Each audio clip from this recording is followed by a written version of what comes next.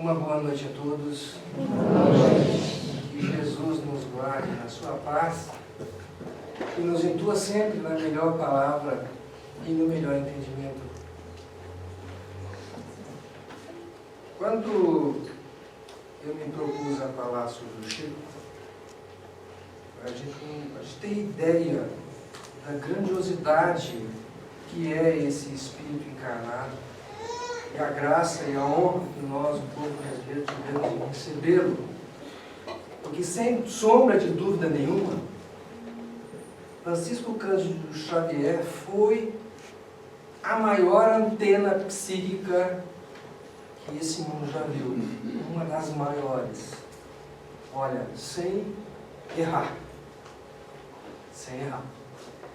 E o que a gente percebe disso tudo é que quanto mais a gente chafurdava na vida do Chico, mais coisas interessantes, mais fatos que as pessoas narravam de conhecimento próprio, que tinham elas mesmas vividas.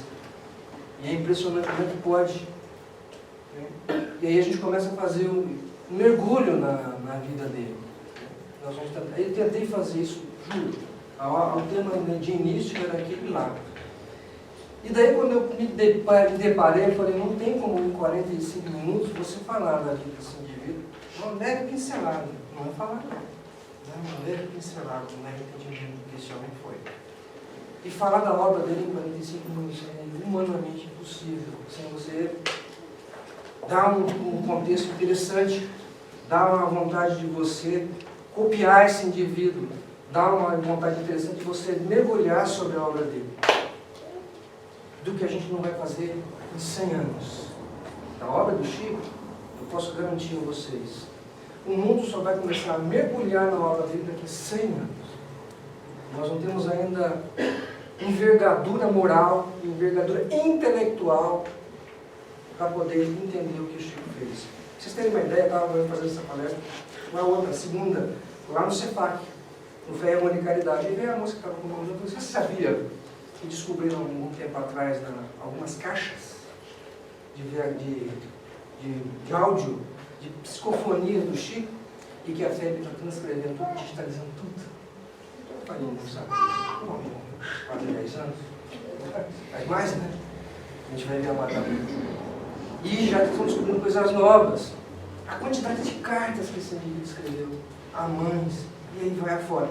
Falar da obra dele em 45 minutos, não.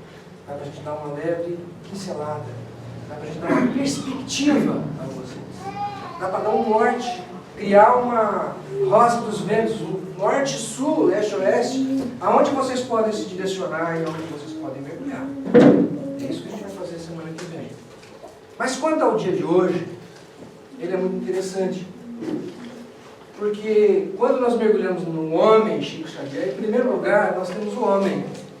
E nós vamos ver fatos aqui, tem fatos interessantíssimos, curiosíssimos em relação à vida dele. Nós vamos citar alguns para exemplificar algumas abordagens psicológicas que a gente vai fazer sobre ele, que é muito complexa. Não é uma pessoa fácil de se entender. Né? Em se falar do homem. Em segundo tomo, falar do espírita, que é essa doutrina maravilhosa que nos descamba um novo mundo, o mundo real, o mundo espiritual, que age sobre esse mundo material, que é um circunspecto do mundo real, que é o espiritual. O mundo físico, material que nós temos é um circunspecto do mundo espiritual. É um borrão, uma brochura mal feita do cópia original, que é o mundo espiritual. Isso é que a gente tem que entender, infelizmente, encarnado no mundo de relação, né? Nesse mundo em que nós vivemos, nós invertemos a plataforma. Nós achamos que esse é o mundo real. Que o mundo espiritual é uma mera alusão, uma esperança que nós temos de reviver quando morremos. Na grande realidade é essa. E o Chico é esse indivíduo, esse espírita, que nos dá essa conotação real de espírita. Como nós devemos nos conduzir como espírita e como ser humano, guindado. E, logicamente, no laço principal desse homem e desse espírita está o cristão. Aquele que realmente conseguiu personificar melhor a conduta do Cristo em sua própria vida. Porque na maioria das vezes nós entendemos o contrário, que o Cristo é um emblema. Algo que nós temos que carregar no peito e que nós temos que admirar. E pedir ajuda quando estamos em problemas, dos mais variados possíveis. Sejam eles de uma doença física, que nos mata, que nós estamos alejando, ou estamos levando para o mundo lá de lá e nós não queremos.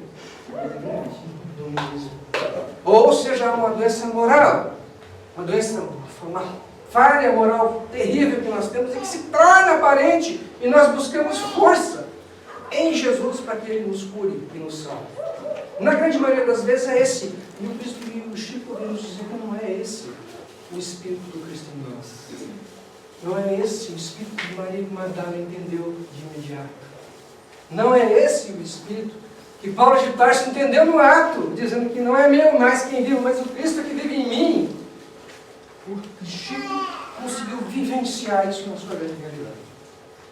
E uma outra grande abordagem que eu vou citar na próxima palestra é que no mundo da escuridão, no mundo das trevas, que quer que esse mundo permaneça desse jeito mesmo com o qual a gente vive, articula em off, entre aspas, debaixo das redes sociais, as mentiras falcatriadas por todo lado, um pequeno detalhe em qual o Chico se torna alguém fantasioso e do divã.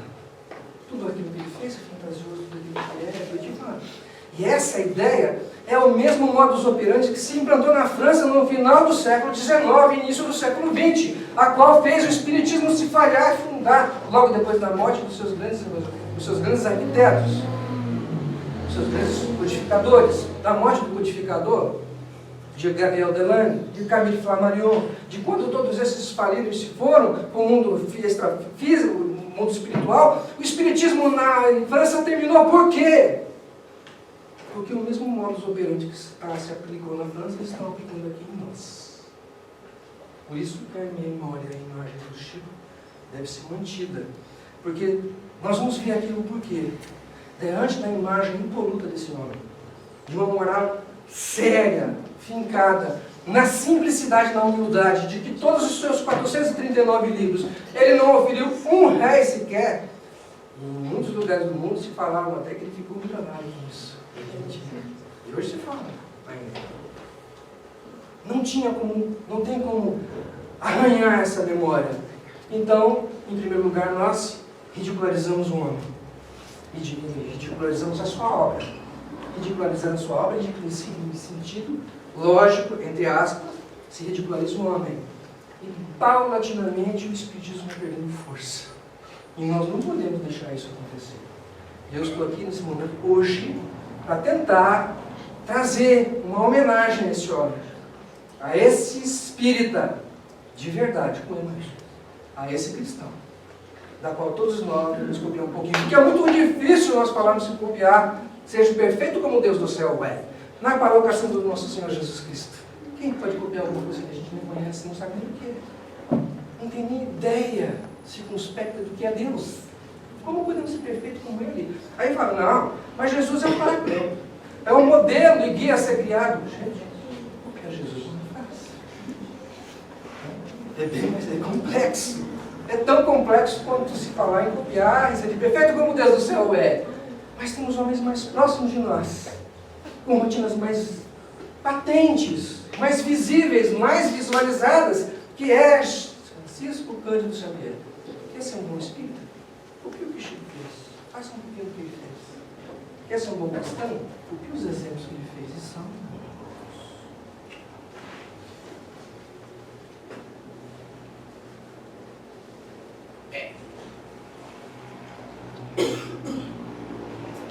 E essa obra não é que chega. Conhece-se o verdadeiro espírita pela transformação moral e pelos esforços. Não é só em modos do que o indivíduo é. Mas antes do espiritismo, eu era um cara bem diferente, não é só pela essa transformação aparente e atual do tempo, mas pelos esforços que ele faz para domar as suas más inclinações. E todos nós aqui temos. Porque se eu enumerasse as minhas, eu falo sempre isso, você não me deixaria passar pela porta. Se eu enumerasse as minhas qualidades ruins que eu tenho. É por isso que a gente usa a máscara, persona. Por isso que nós usamos a personalidade. Temos a necessidade da reencarnação, do esquecimento do passado, de vestir uma máscara corporal, física, seja ele homem ou mulher, migrar por tantas existências, esquecer o passado delituoso que a gente fez, porque senão nós não suportaríamos. Domar suas más inclinações. Os esforços, não e poucos esforços a gente tem feito para domar isso. E o Chico foi um cara que a vida inteira fez isso. O homem que ele era assim, ignorando como tio, Deus vai acontecer. Ele se transformou na própria reencarnação dele nesse mundo, que ele já era um espírito de escola elevado, mas o pão ele levou com tudo que ele fez. E o Chico ele tem uma representação muito grande, uma imagem muito grande daquela frase, ser de pequeno para ser grande. Porque se você tentar ser grande, você vai ser pequeno. Isso parece uma idiosincrasia. No mundo moderno, isso é quase uma falácia, uma falácia horrorosa. Olha, porque quem é o Gates, o Steve Jobs, né? As pessoas poderosas, potentados do mundo, esses será que são grandes? Com sinceridade, será que são grandes? Pergunta a vocês. Eu escolhi isso no texto agora. Mas ser de pequenos para serem grandes. Porque se você tentar ser grande, você vai ser pequeno. Isso o Chico fez a vida dele inteira. É outra frase bombástica de Chico. Embora ninguém possa voltar atrás e fazer um novo começo, qualquer um pode começar agora e fazer um novo fim. Tentar recuperar o tempo perdido, bobagem. Tentar olhar para trás e ver as desgraças totais que nós fizemos, ver as arruaças, ver as barbaridades que nós fizemos, é carregar saco de pedra às costas. Devemos largar e começar a nos perdoar, fazer o auto-perdão. A Joana tem um livro, um dos livros da obra psicológica dela é o auto-perdão. Começa com o auto-perdão. Tá? Que você tem que se perdoar das suas mazelas que você tem no interior, mas se corrigir para as próximas passadas. Né? Começar a fazer um novo fim, agora, diferente, com simplicidade, com humildade. E o Chico a vida inteira fez isso, a gente vai ver na hora dele aqui para frente.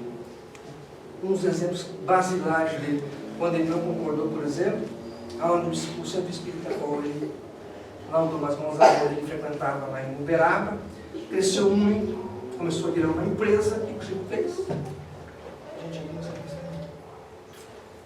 Foi fundou a Casa da Prece. Simples, pequeno, debaixo do abacateiro, milhares de livros, depois disso, quase 250 livros. Ser pequeno para ser grande.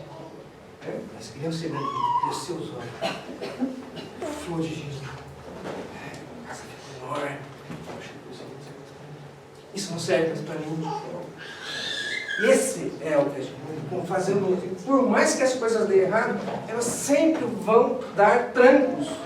Nunca uma coisa a qual nós vamos fazer vai dar 100% certo, do jeitinho que a gente quer, atingir todos os objetivos. Isso é quimera. Mas há necessidade de nós fazermos sempre uma reflexão do que está acontecendo e fazer um novo começo. Fazer para que o fim seja melhor. Correções de caminho. A vida inteira esse homem fez isso. Mas isso aqui, logicamente, é o Chico homem. E quando a gente se depara com uma infância da juventude, a gente não vê que ele é diferente de ninguém. Ele não foi diferente de ninguém. Muito pelo contrário, a grande maioria das pessoas no mundo sofrem muito na infância, sofrem muito na juventude. Ainda vivemos numa nata social aí dos nossos 3%, a qual muitos daqui pertencem a essa nata, cresceram nela, viveram uma vida de benesses, uma boa infância, com uma boa casa, pai, mãe, comida, lauta, boa cama, um bom banho, boas roupas. Muitos aqui tenho certeza que têm vivido isso. Básica, a grande maioria aqui. Chico não. E a grande maioria, não. Nós aqui somos uma pequena parcela da sociedade, que representa só 3%. Mas existe 97% da parcela a qual esse homem vai inserir. E ele não se barbarizou. Ele não se prostituiu. Ele não se aviltou. Era uma obra de escola. Era uma grande obra que ele ia fazer na vida dele. Ó, nasceu em Pedro Leopoldo, Minas Gerais, no dia 12 de abril de 1910. Viveu desde 1959 lá. E em 59 ele muda para Uberaba, no mesmo estado, desencarnando no dia 30 de julho de 2002, dia em que o Brasil se sagrou-se pentacampeão mundial de futebol. Porque a única coisa que ele pediu duas coisas para a espiritualidade são: tudo bem, vou escrever os livros que vocês fazem, vou fazer essa obra que vocês querem que eu faça. Era Emmanuel que estava agora, não é qualquer um. Meu Emmanuel é um da galera de Nosso Senhor Jesus Cristo. Emmanuel é um dos articuladores que estão juntos do Mestre Senhor Jesus. Não era qualquer um que o seguiu a vida inteira, que balizou a vida desse indivíduo a vida inteira. Aí ele pediu duas coisas só: que ele não fosse um completista, que ele morresse no limiar de suas forças, que desse a ele a vida completa, e que ele morresse no seu limiar de forças, que ele vivesse cada instante, cada segundo, o seu fluido vital. Primeira coisa que ele pediu. E a segunda, quando ele percebeu a grandiosidade a qual ele tinha impactado no país, ele falou: eu gostaria que, nesse dia que eu morresse, o povo brasileiro estivesse muito feliz. Muito feliz. Que me levasse. E foi. Quando o Brasil foi pentacampeão lá nos Estados Unidos. Foi nos Estados Unidos ou foi lá? Não lembro. Se foi nos Estados Unidos ou se foi eu não lembro. Quando o Brasil foi pentacampeão, o último campeonato nosso, estava todo mundo em festa e nós logo na sequência. 6 horas depois que o Brasil foi campeão. Em festa. Então, não é? Completou somente o curso primário. Ele conquistou só 4 anos. Por quê? Porque o pai dele era um bilheteiro. Já todo mundo aqui sabe, conhece a história da madrasta não dá. Madrinha, obrigado. Idade é uma coisa. Idade é uma coisa. A madrinha curava a sua barriga, é verdade, tudo aquilo é verdade. E era um homem muito pobre, com muitos filhos. E quando ele percebeu, arrumou um emprego para o Chico, né? Porque o Chico tinha um problema na sua infância. Ele era aquele menino diferentão, eu sei bem como é isso. Ele era aquele menino diferentão, que falava sozinho, falava com os moços. E os meninos mais jovens, quando chamavam uma brincadeira, não convidavam para brincar, eles colocavam de lado. E o único amigo dele que tinha, não parou a coisa, era economia. E, logicamente, queriam levá-lo para um reformatório, para um sanatório, né? E aí o padre, que era muito amigo dele, falou: olha, tem um emprego, com 8 anos de idade, tem um emprego aqui numa tecelagem para limpar o chão. Sabe o que é o chão na tecelagem? É aquela fagulha de pó que sai do fio de algodão, que é extremamente fino, e que isso levou problemas respiratórios e cardíacos para ele por resto da vida, problemas respiratórios do pulmão quase seco. E ele trabalhou lá 3 anos, dos 8 aos 12. E o pai tirou da escola. Não é uma vida fácil. De tudo aquilo que ele tinha passado na infância dele, depois que a mãe morreu, quando ele tinha 4. Ele passou por isso, só estudou 4 anos, aprendeu a ler e escrever só. E o pai logo depois arruma um emprego desse tipo, tá? Que você não, hoje, ninguém pode fazer. Porque as máquinas têm tecnologia para não fazer mais essa sujeira. Completou seu curso primário, pai João Cândido de Maia, e mãe Maria João de Deus, a qual intitula o primeiro livro, Cartas de uma Morta, o primeiro livro que ele escreve da mãe dele, vamos ver semana que vem. Faleceu em 1915, quando ele tinha só 4 aninhos, deixando 9 filhos, de irmãos menores. Cada uma das crianças foi entregue a um parente. Chico, por sua vez, foi obrigado a viver com a madrinha Rita,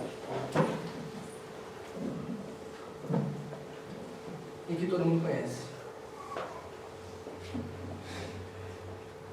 Isso vai dar um problemão, porque eu tive um cochicho terrível. Eu falei, isso é uma frase do Chico. Ele fala o seguinte: que a verdade que fere é pior do que a mentira que consola. É pior. Porque muitos de nós falamos assim: eu sou verdadeiro. Vem não. Se tiver que falar entre a mentira e a verdade, eu vou falar a verdade. Doa quem doer. Opa. Assim não, gente. Doa quem doer, não. Por quê? Eu tenho que escrever a dor. Na maioria das vezes, quando nós nos colocamos como portadores da verdade, é com a intenção de ferir a quem nós vamos direcionar essa verdade.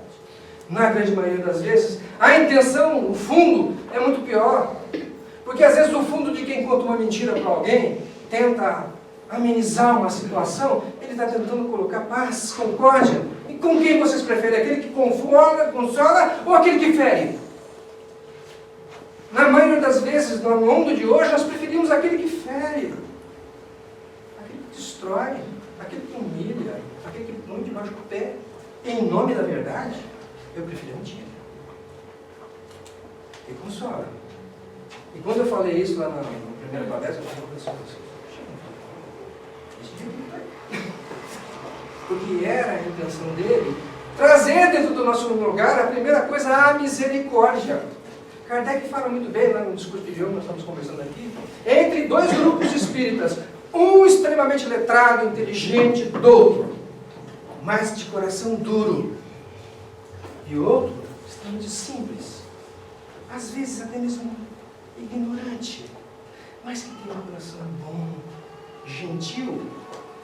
E eu prefiro o segundo grupo do que o primeiro. Kardec, o codificador, e nós sabemos quem era o cara. É um dos espíritos de escola do Senhor Jesus. Essa é o fundo que a traz do Chico.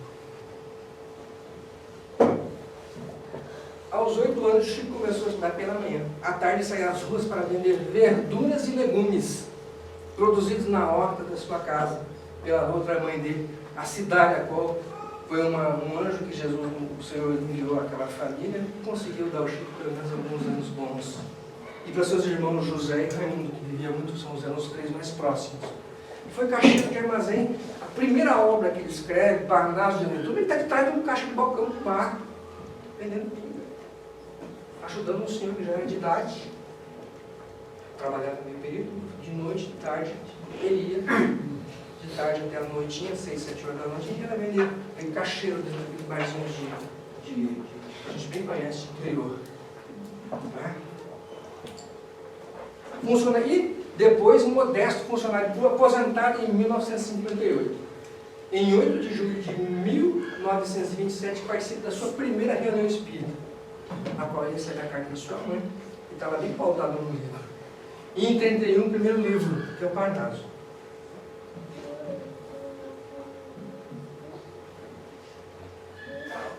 Não há problema que não possa ser solucionado pela paciência. A paciência, hoje, é o grande atributo moral que falta em toda a humanidade.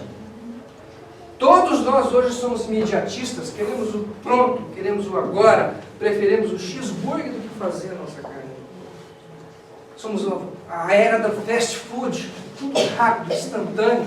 Nós não toleramos de forma nenhuma a incoerência, o erro de ninguém, a falha, o percalço de ninguém. Somos hoje uma civilização do agora, do imediato, do instantâneo. Estamos perdendo demais com isso. Muito. Porque as verdadeiras coisas, as coisas preciosas, pérolas, né? Os diamantes produzidos no fundo da natureza, eles geram milhões de anos para ser feito. Uma árvore, uma sequoia, um cipreste qualquer, um pedaço de grama, hoje nasce, amanhã está morto, instantâneo. Ninguém vê. Mas quanto tempo demora uma sequoia para crescer? Uma cerejeira para dar os seus primeiros frutos? Uma tamareira que só dá o seu primeiro fruto depois de 70 anos? Paciência, a natureza, todos os instantes nos mostra que as coisas mais preciosas que nós construímos na nossa vida são feitas de paciência. Esse homem teve muita paciência. Quantos percalços, quantas emboscadas que o mundo espiritual apresentou na vida dele. A entrevista com os dois repórteres do Cruzeiro. O sobrinho, né, que vendia lugares na fila, que ele subiu, mandou embora depois disso que chegou o irmão que morreu e a família toda, uma fusão dele curar tantos, não foi meu irmão. e o mandou para fora de casa,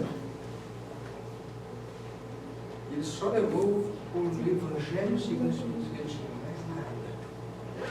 A sua aposentadoria, o Evangelho não tolerava. Paciência. Alguém aqui vê alguma entrevista com algum irmão do Chico? Irmã tem 9, gente. Cadê a família? Cadê a família da terra? O que aconteceu com a expressão? Eu tentei, cacei, eu não vou achar nada. Nenhuma entrevista, nenhuma declaração, nada. Um homem que teve a paciência como solucionadora de todos os problemas. Vamos levar isso para a nossa vida, porque foram 80 anos praticamente assim. Da primeira psicografia, na casa alimentar, lá em Pedro Leopoldo, com aquele casal de amigos, até o seu desenlace, tentando meditar. E hoje, depois de alguns anos, depois de talvez 2 décadas da sua desenlace, tentam ainda jogar entulho na vida desse indivíduo. Paciência. Ele vai chegar lá. A necessidade de trabalhar desde cedo para as suas despesas domésticas foi, em sua vida, uma bênção indefinível. Toda vez que ele falava desses momentos de dureza, o Chico tinha uma frase muito basilar. Ele falou assim: você não sabe o que faz. Imagina se eu tivesse ficar com o estômago cheio, aqueles tempos que eu tinha que dedicar ao trabalho, a gente tinha que nem falar. Tinha que trabalhar o dia inteiro, 8 ou 10 horas de trabalho normal. Eu já chegava aí para o centro, trabalhava até 11, meia-noite. Se eu ficasse com a barriga cheia, eu ia dar preguiça. Então Deus sabe o que faz.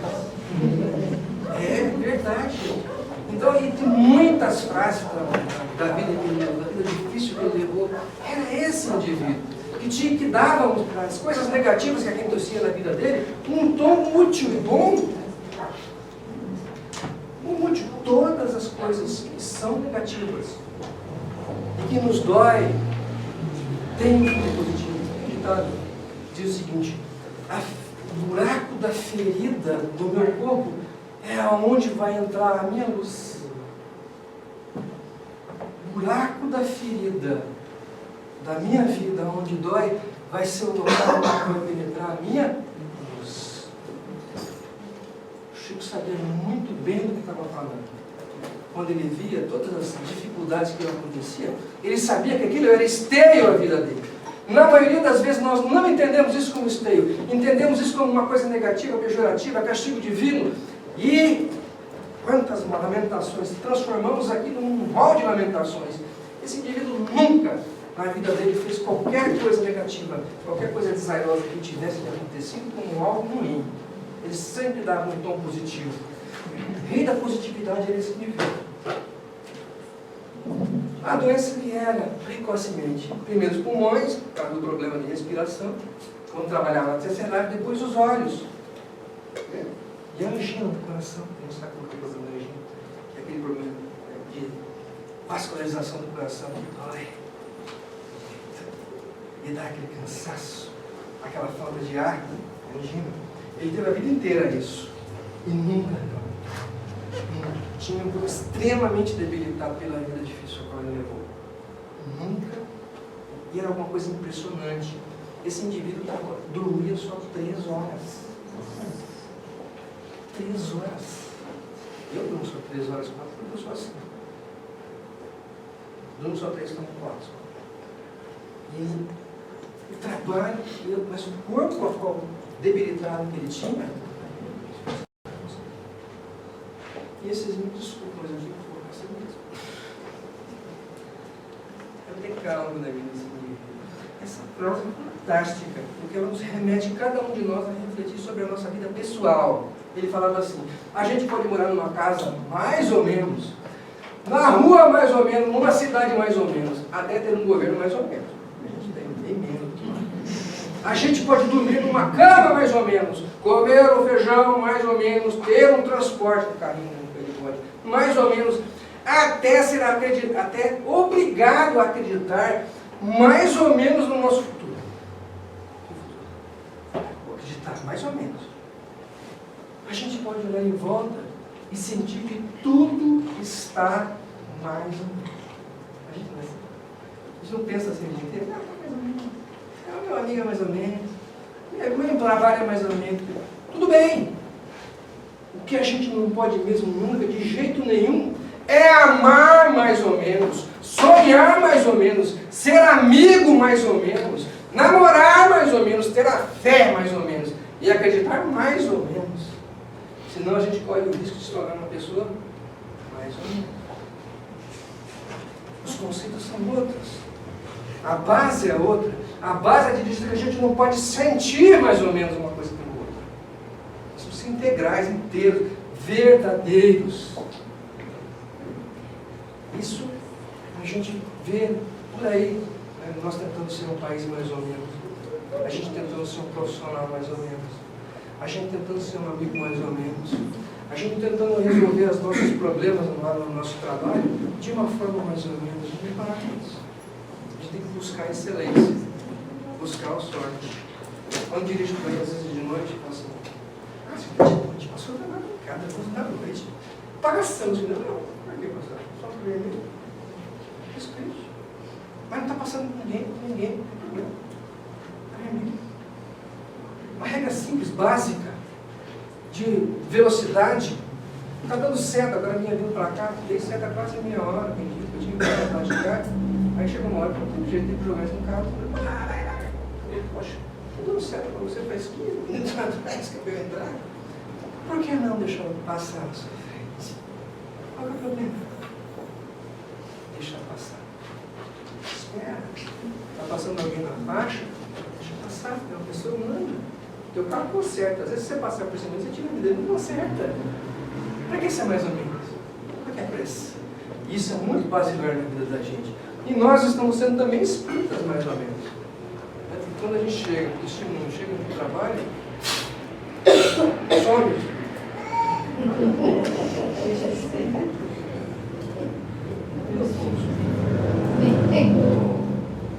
Espírito mais ou menos.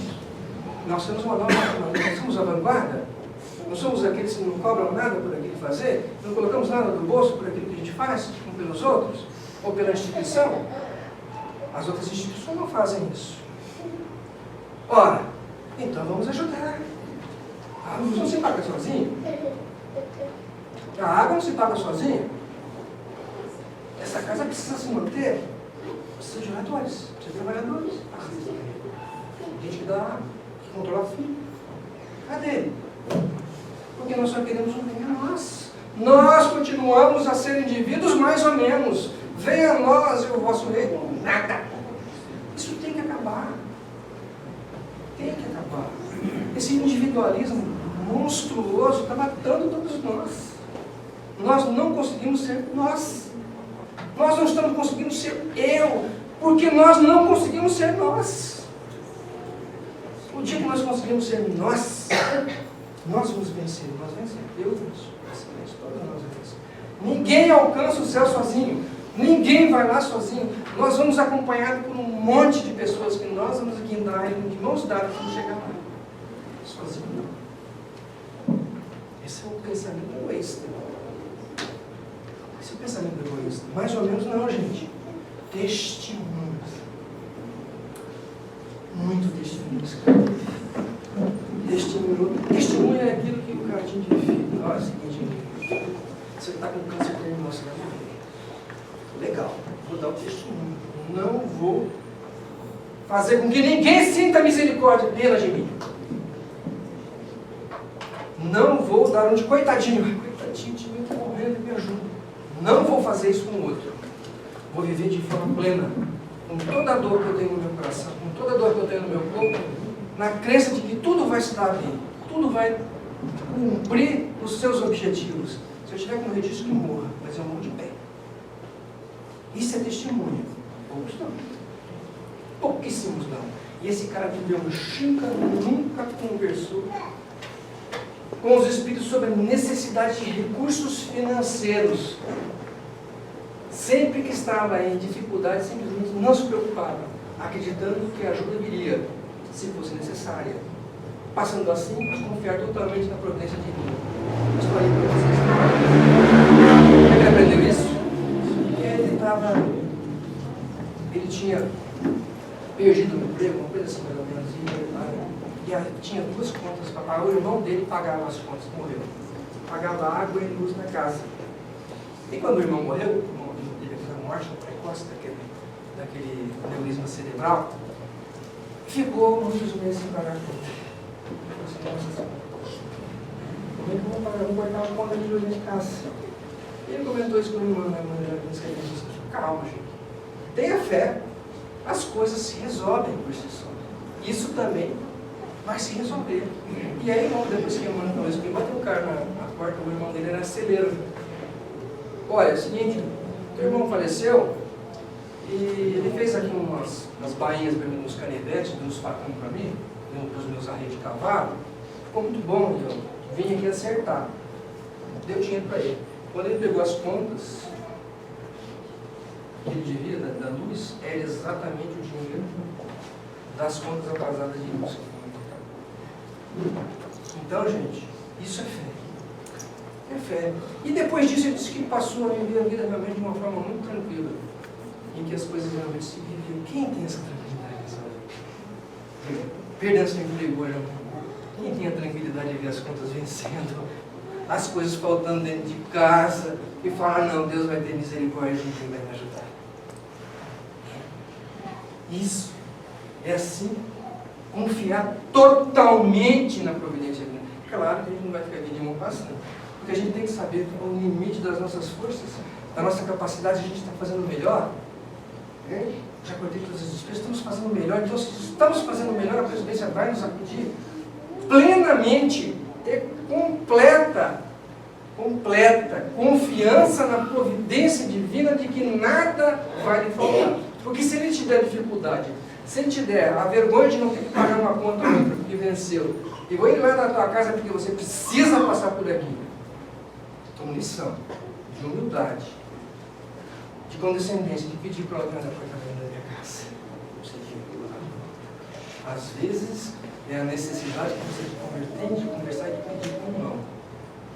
Um exercício de humildade. E quanto vale nessa vida um exercício de humildade? Ponham, quantifiquem, dê preço. Quanto custa um exercício de humildade na sua vida? Se você não o pratica, a providência divina providencia e te dá os presentes que você precisa. Meu filho, você é uma planta muito fraca. Isso aí foi o que a irmã respondeu para ele quando ele pediu. Pô, não tem como, vamos cortar minha conta. O mano pediu isso para ele. Disse, meu filho, você é uma planta muito fraca para suportar forças das ventanias. Tem ainda muito que lutar para um dia merecer ser preso e morrer pelo Cristo. Todo mundo está pensando assim, não, você é muito fraquinho, vai resistir, vai ganhar lá na frente, vai se dar bem. Não, para morrer pelo Cristo e ser preso por Ele. Isso é muito basilar, porque a gente pensa assim, ser preso, né? Ah, eu estou indo lá na frente, levanta a bandeira do Cristo, leva um tiro. Não é essa a morte. Essa é uma morte tirânica. Não é. Ou então ser preso, ir para a penitenciária. Alguns fazem isso mesmo. E lá ficar. Não é essa a prisão. São outras prisões. São outras mortes pelo Cristo. E nós não temos coragem de abrir mão nenhuma. Nem de ser preso por isso, nem de morrer por isso. Precisa negar? A gente sabe. Faz 2000 anos que ele veio essa mensagem. A gente não dedica nem uma linha da nossa unha que cai no chão por ele. Quiçá da vida. Nem um segundo sequer para falar do Cristo em qualquer lugar. Uma palavra. Quiçá morrer por ele. Não precisa dizer, né? Para quem quiser saber o que, por que Emmanuel fez isso por ele, há 2000 anos, 50 anos depois, renúncia. Leiam. Vocês vão entender o que ele está dizendo. Ele fez isso, literalmente. Emmanuel fez isso, literalmente. Um ambiente limpo não é o que mais se limpa, e sim o que menos se suja. Organização. Método. Chico mulher não se casou, não teve filhos, não possuía bens em seu nome, nada tinha de material, a não ser o corpo físico. Foi celibatário por vontade própria durante toda a sua vida, nunca tendo namorado. Vou contar a história para vocês, está na biografia dele. Eu fiquei vendo depois que pesquisar. Tinha uma jovem lá em Uberaba, apaixonada por ele, era filha do embaixador argentino no Brasil. Ela se apaixonou pelo Chico. Ele falou: Chico, eu quero me casar com você. Posso falar com meu pai? Ele te dá um bom cargo. Vamos viver bem o resto da vida. Ele falou: não, minha querida, a minha vida não foi feita para o casamento e nem para o sexo. Você é linda, merece viver uma vida. Você tem uma outra esfera, você tem outras emoções que eu não vou poder te dar. E aí ela se estruturou. E aí o pai dela veio: olha, minha filha realmente quer casar com você. E o que ela falou para você é verdade. Arrumo para você um bom cargo. Está garantindo. Você vai lá, vai ter um emprego sólido. Tenho muitas posses, minha filha é filha única. E ela está apaixonada por você, ela quer casar contigo. Mesmo falando. Então, cuidado. O Chico já foi moço. Já teve 30, 20 e poucos anos, 30, como todos nós. E usou. Ele morreu pelo Cristo. Ele deu a vida, ele foi preso pelo Cristo. É isso que a gente está tentando dizer. Ele se entregou mesmo à causa do Senhor. Para todos nós. E, logicamente, para ele também. Achava que isso poderia comprometer o foco que tinha em sua missão. Ele sabia, logo depois, quando ele começou a ver o bojo, o tamanho da obra, a quantidade de espíritos que vinham, de contar tudo aquilo, de psicografar aquilo tudo, ele viu o tamanho daquilo. Ele falou assim: não é aquilo. E ele se entregou. Missão. Estamos falando hoje do homem, do espírita e do cristão. O Cristo não pediu muita coisa, não exigiu que as pessoas escalassem Everest ou fizessem um grande sacrifício. Ele só pediu que nós amássemos uns aos outros. E tão difícil amar uns aos outros. Principalmente quando você está alojado com pessoas que não te amam. Eu te amo, mas você te ama. Quem fica? Vamos ficar aqui. Vamos tratar desse jeito? Chacoalhar tudo desse jeito? Percebam as minúcias, nós somos espíritas.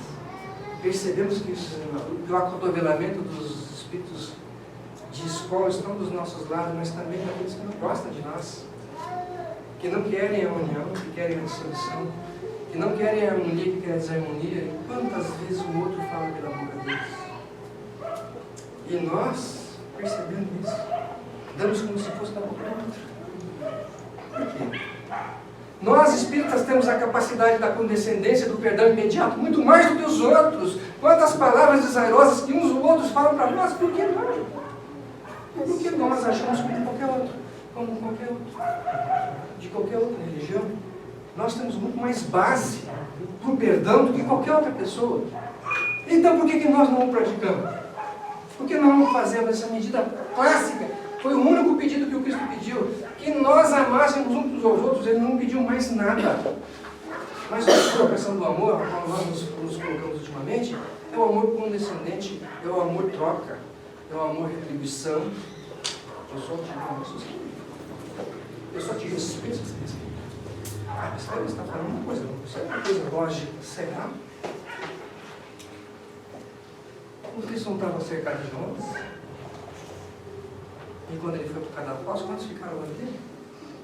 Nenhum. E ele os abandonou? Por nem um dia, por 3 só, ele se recompôs. E voltou novamente para a prostituta Maria de Magdala, a que ele mais amava. Verdade. E a que melhor entendia. E a qual ele discursava, conversava com ela, em longas horas, despertando a ideia dos outros. Ele não abandonou ninguém. Ela ficou ao pé da cruz. Ela é a mãe. E João? Amar uns aos outros. Só isso. Não precisa ser nada. E um amor condescendente, um amor perdão, um amor esclarecido, um amor que entende. aquele filho trevoso, que se envareta, que te desrespeita, aquela mulher que não te retribui o carinho, ou tua esposa que não te retribui o carinho. Esse é o mais difícil. Esse é o que tem maior valor. E a gente ainda não entendeu. Continuamos nessa guerra avassaladora. E o mundo negativo das trevas, ó, vibrando a plenos pulmões. Vitória sobre todos nós. Fama e notoriedade, tá acabando. Sua vida verdadeiramente apostolada dedicou-a ao médium, aos sofredores e necessitados, providos de longínquos lugares também a fazeres medianeiros, pelos quais não aceitava em absoluto qualquer espécie de paga. Era quase impossível, porque enfiava nos bolsos dele, coisa boa. Não tinha muito motivo. Você fazia 2 filas na casa desse, no mesmo azar, até o dia que ele foi embora. Uma de donativos e uma outra de doações. No final, não tinha nada. Tudo aquilo que era doado naquele dia, tudo aquilo que era doado ao centro naquele dia, era doado às pessoas que vinham necessitadas no mesmo dia. Não ficava nada.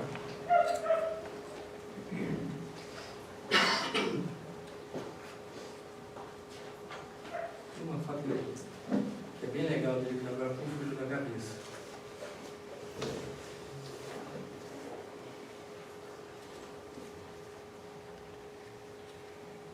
Quantas cabras esse cara recebeu?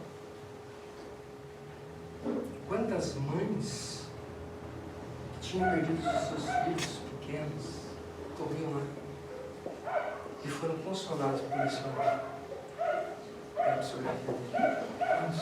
Quanto isso vale?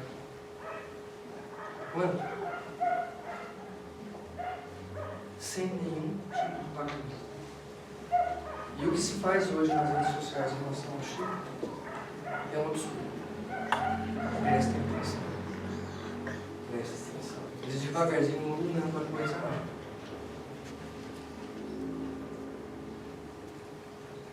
À medida que a fama se propagava, surgiu histórias sobre os poderes especiais que ele teria. Em diversas ocasiões, Chico foi obrigado a vir a público para desmentir histórias de que ele teria o poder de prever o futuro, fazer paralíticos andar, entre outras coisas. Uma delas é a teoria dos 50 anos, que emana logo depois que Jesus, que o homem tinha pisado na lua, que Jesus tinha se encontrado com um grupo de espíritos excelsos das altas esferas, e que eles iriam realmente provocar uma hecatombe no mundo, e que Jesus haveria pedido 50 anos de oratória no mundo. Isso é mentira. É uma das mentes. Chico jamais fez nenhuma previsão de data. Ele veio várias vezes a público dizer: gente, eu não faço previsão de futuro. Eu não faço curas de ninguém, de nenhum paralítico. Eu não faço paralítico andar, não faço ninguém ver. Quer ver uma das coisas que ele fazia? Olha os modos que ele menciona. Vamos estar por aí.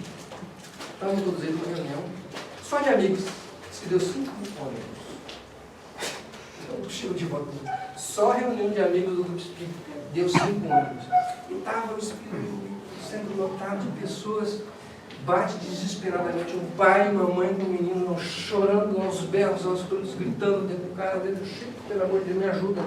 Eu sou da cidade de Taula, de Goiás, do fundão de Goiás, e eu não sei mais o que fazer. Fazem quase 12 dias que meu filho só chora e grita e não dorme. Nós não sabemos mais o que fazer. E os olhos dos pais roxos, da mãe também estão chorando. E a criança esperneando, esmoelando, gritando.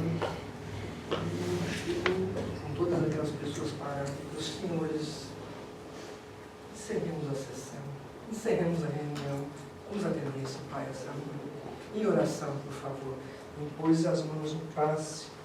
Aquele menino foi amolecendo nos braços do pai.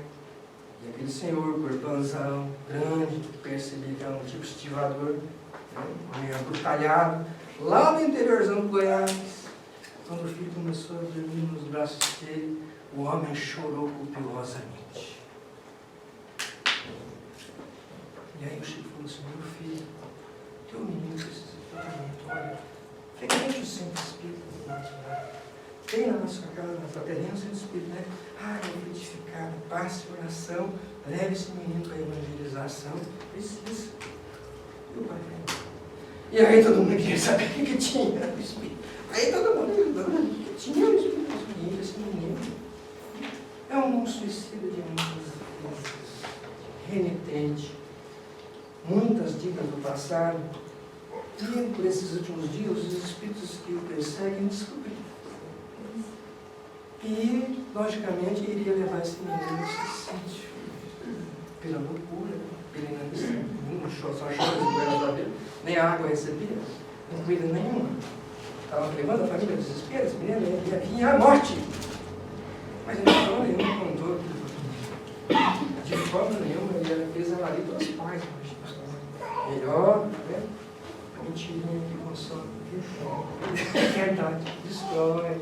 Pessoas que tivessem olha, esse menino é um suicídio. E nós adoramos fazer isso. Adoramos fazer isso. Disparar no outro, acelerar o medo e que o outro suma nas nossas bases. Precisa de oração, prece. Frequenta a nossa casa no Evangelho, precisa de prece, água fluidificada, muitos passos. E frequentar a evangelização. É uma das histórias desse indivíduo. Então, cuidado, porque na rede social estão minando a memória desse indivíduo. Vai vir mais coisas, tá? Vai vir mais. Tem coisas aí.